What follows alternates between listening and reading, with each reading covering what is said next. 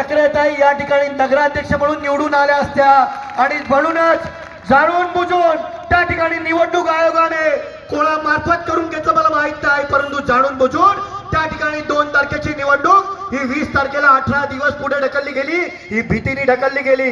आणि हा विषय आपल्या सगळ्यांनी या ठिकाणी राहणाऱ्या जनतेने तो मनामध्ये विश्वास घेतला पाहिजे की ही निवडणूक पुढे का ढकलली गेली।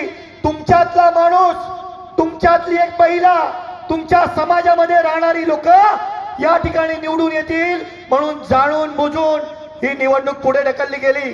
त्या ठिकाणी बारी समाजाला कोणी जर न्याय दिला असेल तर तो फक्त आणि फक्त एकनाथजी शिंदे साहेबांनी दिला। त्या ठिकाणी बारी समाजाचं महामंडळ कोणी निर्माण केलं? माननीय एकनाथजी शिंदे साहेबांनी निर्माण केलं। सत्यासाठी आमची धडपड। महाराष्ट्र नाद न्यूज मराठीला सबस्क्राईब करा आणि बेल आयकॉनला क्लिक करा आणि रहा अपडेट।